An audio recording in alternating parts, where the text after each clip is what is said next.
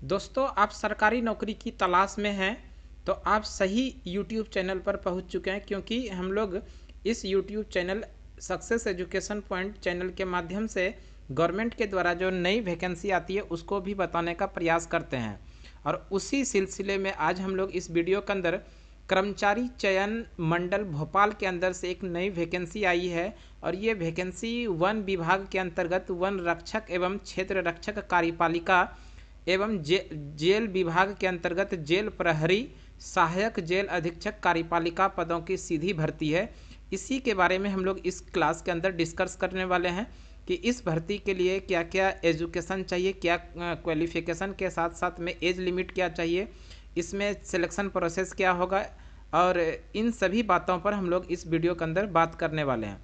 और आप नौकरी की तलाश में हैं तो निश्चित रूप से इस क्लास के अंदर जुड़कर इस वीडियो के माध्यम से आप पूरी जानकारी प्राप्त करके इस फॉर्म को आप भर के नौकरी के क्षेत्र में एक कदम और आगे बढ़ा सकते हैं। तो दोस्तों, इस क्लास को हम लोग शुरू करते हैं और इस वीडियो के अंदर आप लोग शुरू से अंत तक जुड़े रहिएगा और इसके बारे में पूरा जानकारी प्राप्त कीजिएगा।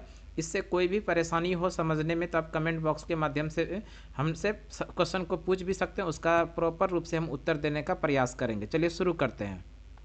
मध्य प्रदेश के सरकार के द्वारा वन विभाग के अंतर्गत वन रक्षक एवं क्षेत्र रक्षक कार्यपालिका एवं जेल विभाग के अंतर्गत जेल प्रहरी एवं सहायक जेल अधीक्षक कार्यपालिका पदों की सीधी भर्ती है। और इसी के परीक्षा के बारे में हम लोग बात कर रहे हैं। सबसे पहले जान लेते हैं, इस फॉर्म को भरने के लिए आवेदन भरने की प्रारंभ जो तिथि है वो 25 जनवरी से हो चुका है, यानी 25 जनवरी 2023 से ये फॉर्म भरना शुरू हो चुका है। और आवेदन पत्र की अंतिम तिथि जो है 8 फरवरी 2023 तक है, यानी आप आवेदन इसमें कर सकते हैं 8 फरवरी 2023 तक। आवेदन फॉर्म को भरने में अगर कोई त्रुटि होती है तो संशोधन करने का भी इसमें तिथि दिया गया। संशोधन आप 25/1/2023 से संशोधन करने का जो तिथि है वो 13 फरवरी 2023 तक संशोधन कर सकते हैं। परीक्षा का जो दिनांक है तो ध्यान रख लीजिएगा, परीक्षा का दिनांक है 11/5/2023, यानी 11 मई 2023 को ये परीक्षा निर्धारित की गई है। अब हम लोग बात कर लेते हैं इस परीक्षा फॉर्म को भरने के लिए आवेदन शुल्क यानी परीक्षा शुल्क के रूप में आपसे कितनी राशि ली जाएगी। तो ध्यान रखिएगा, अनारक्षित अभ्यर्थियों के लिए यानी जनरल कैटेगरी के लिए 500 रुपया प्रति प्रश्न पत्र लिया जाएगा। अनारक्षित अभ्यर्थियों के लिए 500 रुपया प्रति प्रश्न पत्र। और अनुसूचित जाति, अनुसूचित जनजाति, अन्य पिछड़ा वर्ग, निःशक्त जन अभ्यर्थियों के लिए ये सारे जो आरक्षण का लाभ मिलेगा केवल मध्य प्रदेश के मूल निवासियों को ही लाभ मिलने वाला है। अदर स्टेट वाले लोगों के लिए आरक्षण का लाभ नहीं मिलने वाला है, उनको जनरल कैटेगरी के अंदर फॉर्म भरना पड़ेगा। तो इस तरह से मध्य प्रदेश के मूल निवासियों को, अनुसूचित जाति, जनजाति, अन्य पिछड़ा वर्ग, निःशक्त जन अभ्यर्थियों के लिए जो फॉर्म के रूप में परीक्षा शुल्क लिया जाएगा वो 250 रुपया प्रति प्रश्न पत्र लिया जाएगा। सीधी भर्ती बैकलॉग कोई शुल्क नहीं है, बैकलॉग से कोई भी किसी भी प्रकार की शुल्क नहीं ली जाएगी। आगे बात कर लेते हैं परीक्षा दिनांक एवं दिन। परीक्षा का जो प्रारंभ है वो स्टार्ट होगा 11 मई 2023 को। परीक्षा की पाली 2 पाली में आयोजित की जाएगी। प्रथम पाली जो है 8 बजे से 9 बजे तक अभ्यर्थियों के लिए रिपोर्टिंग टाइम है, 8 से 9 बजे तक रिपोर्टिंग का समय है।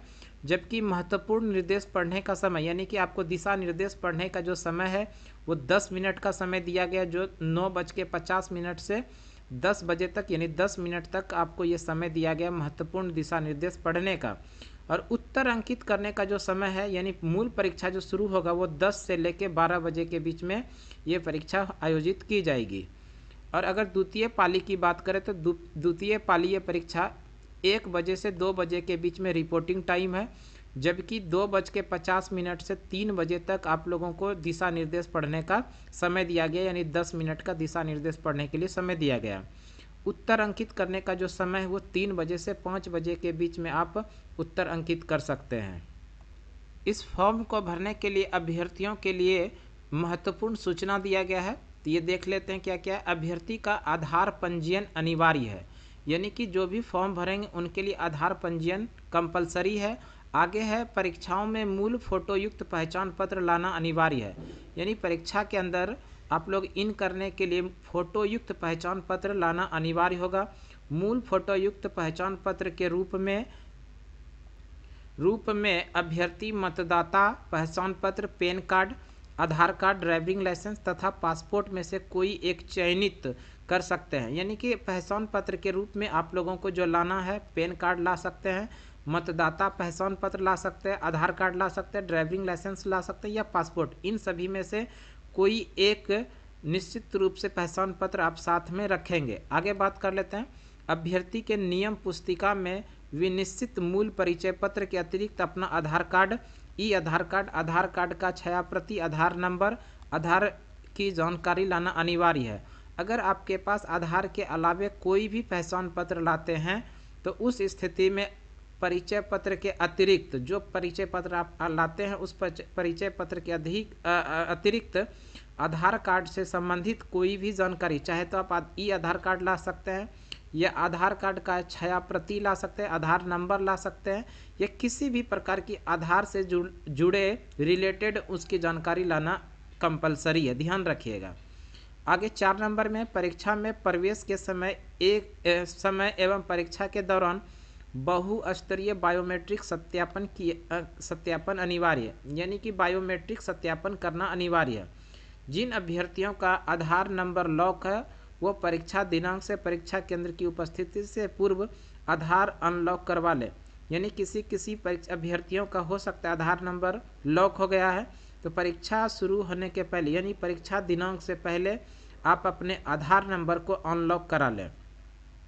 नंबर 5 में है परीक्षार्थियों को परीक्षा में रिपोर्टिंग समय तक परीक्षा केंद्र में प्रवेश की अनुमति होगी। इसके पश्चात विलंब हो जाने वाले अभ्यर्थियों को प्रवेश की पात्रता नहीं होंगे। यानी कि परीक्षा में एग्जाम के अंदर जो आप इन करेंगे समय से पहले ही आप इन कर सकते हैं, समय के बाद आप आते हैं तो आपको इन करने नहीं दिया जाएगा। आगे है परीक्षा कक्ष में किसी भी electronic device, mobile phone, calculator, log tables यानी किसी भी प्रकार की इलेक्ट्रॉनिक सामान भी आप नहीं ले जा सकते, ये पूरी तरह से वर्जित है। आगे बात कर लेते हैं। उपरोक्त सभी पदों के लिए अभ्यर्थियों का मध्य प्रदेश राज्य के रोजगार कार्यालय में जीवित पंजीयन होना अनिवार्य होगा।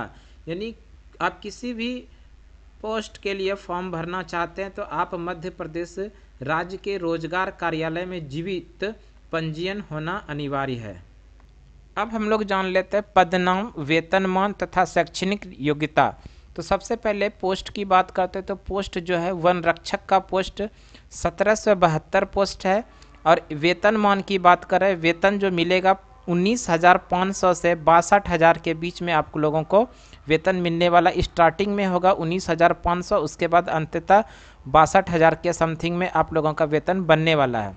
शैक्षणिक योग्यता की बात करें तो मध्य प्रदेश माध्यमिक शिक्षा मंडल के अथवा मान्यता प्राप्त संस्था से पुरानी पद्धति से हायर सेकेंडरी अथवा 10+2 पद्धति से 10वीं कक्षा उत्तीर्ण हाई स्कूल, यानी कि पुरानी मान्यता प्राप्त संस्थान से पुरानी पद्धति से हायर सेकेंडरी या फिर 10+2 पद्धति से 10वीं कक्षा उत्तीर्ण, यानी ये जो है 10th पास जॉब है। ध्यान रखिएगा, आप लोगों के लिए 10th मैट्रिक पास शैक्षणिक योग्यता है और ये पुरानी पद्धति से, ये पद्धति जो है 10+2 के पद्धति से होना चाहिए।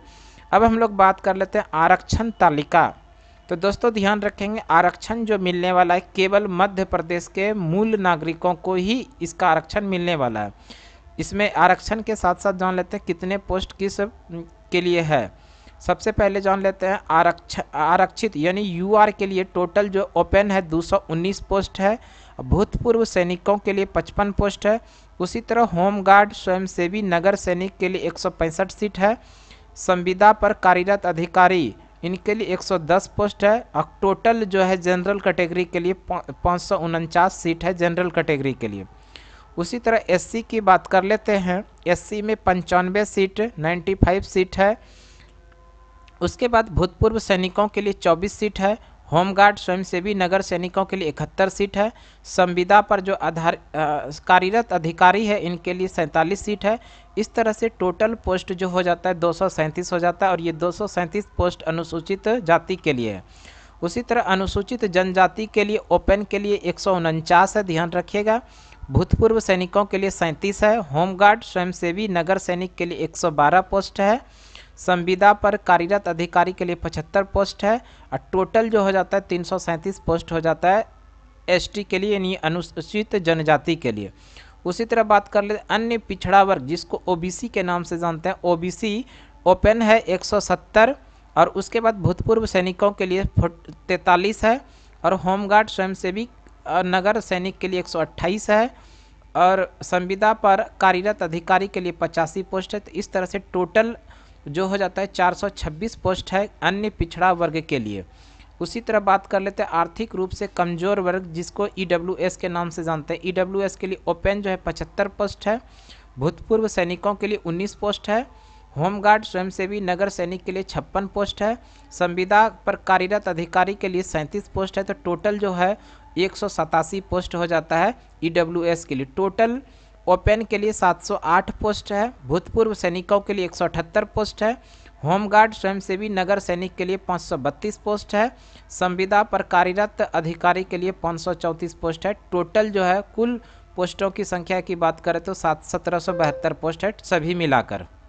आगे बात कर लेते हैं नागरिकता एवं अस्थायी निवास के संबंध में।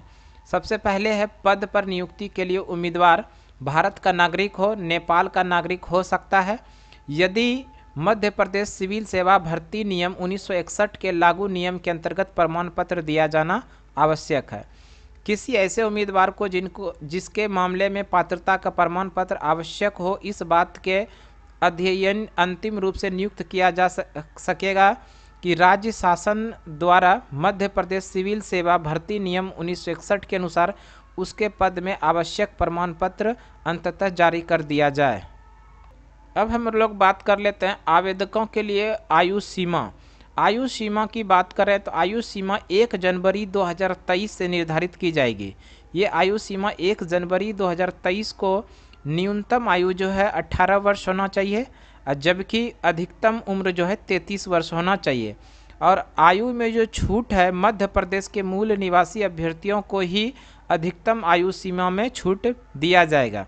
जैसे महिला आवेदक, अनारक्षित वर्ग या फिर पुरुष महिला आवेदक, अनुसूचित जाति, अनुसूचित जनजाति, अन्य पिछड़ा वर्ग, शासकीय सेवाओं, निगम मंडल, स्वायत्तशासी संस्थाएं, नगर सैनिक में अगर है तो न्यूनतम आयु 18 वर्ष ही है, लेकिन अधिकतम वर्ष में उसको 5 वर्ष की छूट दी जाएगी। 38 वर्ष है, ध्यान रखिएगा 38 वर्ष मैक्सिमम है और ये मैक्सिमम में 5 वर्ष ये इंक्लूड किया जा चुका है। आगे बात कर लेते हैं हम लोग प्रत्येक जिले के लिए अधिसूचित प्रवर्गवार अनुमानित पदों की संख्या के आधार पर 3 गुना अभ्यर्थियों को मेरिट के अनुसार शारीरिक माप एवं पैदल चाल के लिए आमंत्रित किया जाएगा। तो दोस्तों ध्यान रखिएगा, इसमें पहले तो लिखित परीक्षा होगा, इस लिखित परीक्षा के बाद शारीरिक परीक्षा होगा और शारीरिक के साथ साथ में पैदल चाल के लिए आमंत्रित किया जाएगा। इसमें लिखित परीक्षा में सीट के अनुरूप यानी कि रिक्ति के अनुरूप 3 गुना रिजल्ट तैयार किया जाएगा और इस 3 गुने रिजल्ट को फिजिकल के लिए बुलाया जाएगा। लिखित परीक्षा में उत्तीर्ण अभ्यर्थी जो शारीरिक माप एवं पैदल चाल हेतु उपयुक्त होंगे, जिसके नियम क्रमांक 1.3.1 उल्लेखित श्रेणीवार उपलब्ध 3 गुना पदों में प्रवीणीयता के आधार पर स्थान प्राप्त करते हैं। यानी कि वही जो बताएं जितना सीट है उस सीट के अकॉर्डिंग 3 गुना अभ्यर्थियों को फिजिकल के लिए यानी शारीरिक परीक्षा के लिए बुलाया जाएगा। आगे बात कर लेते हैं पाठ्यक्रम जो है दोस्तों, पाठ्यक्रम वन रक्षक पद के लिए लिखित परीक्षा मध्य प्रदेश कर्मचारी चयन मंडल भोपाल द्वारा निर्धारित पाठ्यक्रम अनुसार 100 अंकों की होगी। प्रश्न पत्र हिंदी या अंग्रेजी माध्यम में रहेगा। परीक्षा की अवधि 2 घंटों की होगी। शारीरिक क्षमता परीक्षा की बात करें, शारीरिक क्षमता परीक्षण वन विभाग द्वारा लिया जाएगा, जिसमें वन रक्षक पद के लिए न्यूनतम शारीरिक प्रमाण स्टैंडर्ड निम्नानुसार होगा। शारीरिक प्रमाप के लिए बात करें पुरुष के लिए तो ऊंचाई जो है 163 सेंटीमीटर होना चाहिए। सीना ये सारे जो है मिनिमम है, ध्यान रखिएगा न्यूनतम। सीना 79 सेंटीमीटर होना चाहिए। सीने का न्यूनतम फुलाने के बाद 5 सेंटीमीटर बढ़ना चाहिए। उसी तरह महिला की बात करें तो 150 सेंटीमीटर ऊंचाई न्यूनतम होना चाहिए और सीना इसमें नहीं लिया जाएगा और फुलाने के बाद में इसमें सीना नहीं लिया जाएगा। आगे बात कर लेते हैं मेरिट सूची किस प्रकार से बनाई जाएगी। मंडल द्वारा आयोजित लिखित परीक्षा में निर्धारित आवश्यक प्राप्तांक के अनुसार परिणाम में जिलेवार, श्रेणीवार, प्रवर्गवार सूची वन विभाग को उपलब्ध कराई जाएगी, जिसके आधार पर विभाग द्वारा शारीरिक अर्हता एवं पैदल चाल के परीक्षण की कार्यवाही की जाएगी। विभाग द्वारा अभ्यर्थियों के शारीरिक परीक्षण एवं पैदल चाल में सफल अभ्यर्थियों की सूची ESB को उपलब्ध कराई जाएगी। इसके उपरांत मंडल द्वारा अंतिम प्रवणीय व प्रतीक्षा सूची तैयार की जाएगी तथा प्रदर्शित की जाएगी। यानी कि मूल रूप से जो मेरिट तैयार की जाएगी वो लिखित परीक्षा के आधार पर ही मेरिट सूची तैयार की जाएगी। साथ साथ में इसमें प्रतीक्षा सूची यानी वेटिंग लिस्ट भी तैयार की जाएगी। फिजिकल केवल क्वालिफाइंग है, ये भी ध्यान रखना है। मेरिट जो बनना है वो परीक्षा के आधार पर ही बनना है। आगे बात कर लेते हैं यात्रा व्यय का भुगतान। मध्य प्रदेश शासन वित्त विभाग भोपाल के पत्रांक संख्या F43/2018 नियम 4 दिनांक 10/1/2019 अनुसार अनुसूचित जाति, अनुसूचित जनजाति तथा अन्य पिछड़ा वर्ग के अभ्यर्थियों को परीक्षा में बैठने के लिए यात्रा व्यय की प्रतिपूर्ति की सुविधा देने का उल्लेख है। तदनुसार अभ्यर्थियों का वन विभाग द्वारा नियमानुसार प्रतिपूर्ति का भुगतान किया जाएगा। यानी कि SC ST इन सभी कैटेगरी के अभ्यर्थियों को यात्रा भत्ता मध्य प्रदेश शासन वित्त विभाग के द्वारा दी जाएगी। तो इस तरह से दोस्तों हम आप लोगों को मध्य प्रदेश के वन विभाग के द्वारा जो नई वैकेंसी आई है उसके बारे में हम आप लोगों को महत्वपूर्ण दिशा निर्देश बताने का प्रयास किए। हमें उम्मीद है कि ये वीडियो आप लोगों को ज़रूर पसंद आया होगा। तो जाते जाते कमेंट बॉक्स में एक अच्छा सा कमेंट ज़रूर देते जाइए। तो आज की क्लास के लिए हम लोग इतना ही रहने देते हैं। अगले क्लास में इस तरह की नई वैकेंसी के बारे में फिर से आप लोगों के बीच उपस्थित होंगे। तब तक के लिए धन्यवाद दोस्तों। जय हिंद।